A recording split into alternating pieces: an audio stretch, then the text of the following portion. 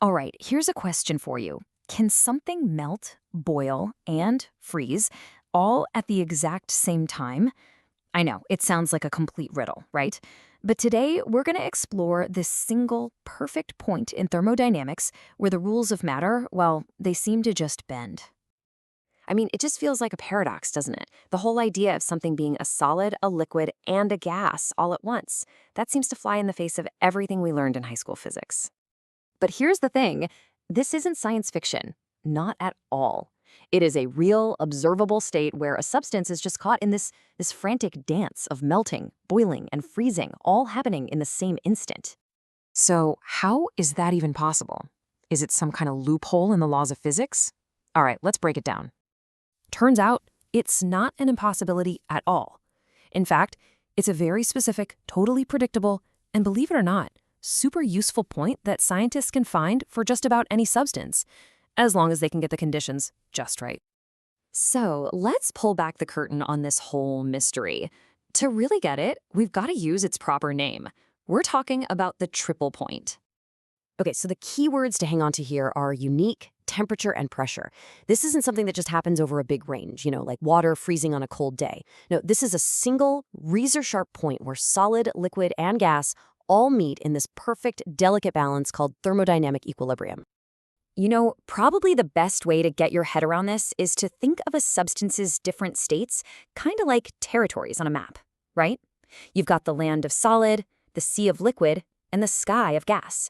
And pretty much every substance has a map just like this. And that map, it's called a phase diagram. The lines on it are like the borders between these territories. So for example, that line between solid and liquid, that's just the melting point. And right on that border, you can have both ice and water existing together.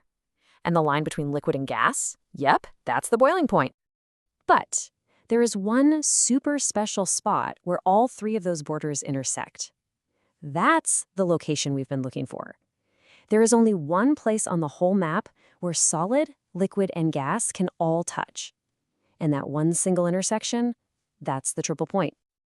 And for water, this magical spot is unbelievably precise.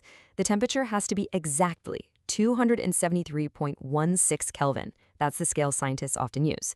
To put that in perspective, it's just a tiny 1/100th of a degree Celsius above water's normal freezing point. But hold on, temperature alone isn't going to cut it. You also need a very, very specific pressure, and it's super low. We're talking about 0.6% of the normal air pressure we're all feeling right now. You have to have both of those conditions met perfectly. If you don't, it's a no-go. Okay, so that's all the theory, but what does this actually look like in the real world? Well, we can see these principles in action with something you've probably seen before, carbon dioxide, or as most of us know it, dry ice.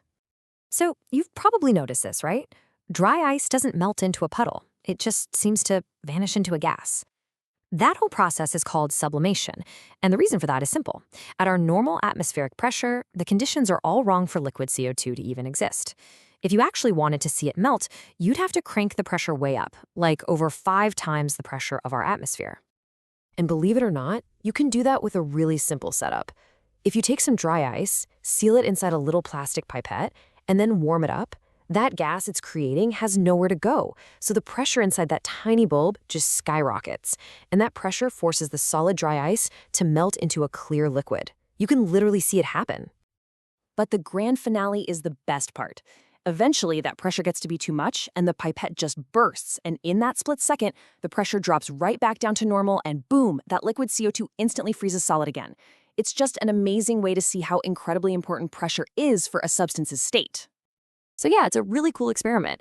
But why does this one super specific point of temperature and pressure matter so much in, the wider world of science? Well, it's because the triple point of a pure substance is this unchangeable, fundamental constant of nature. That makes it the perfect anchor point for all kinds of measurements. It's not an opinion, it's not an estimate, it's a hard physical fact. Get this. For decades, the triple point of water was so reliable that it literally defined a unit of temperature.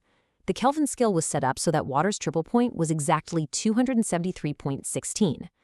Now, in 2019, they updated the definition to be based on an even more fundamental constant, but the triple point is still a supercritical standard for calibration.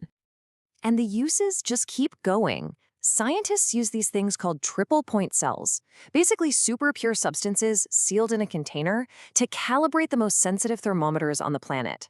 And this is my favorite part. In a really brilliant move, NASA actually used the triple point pressure of water to define a baseline sea level on Mars. You know, a planet that has no seas. How cool is that? All right, so we have our phase diagram, right? Our neat little map with all its clear borders.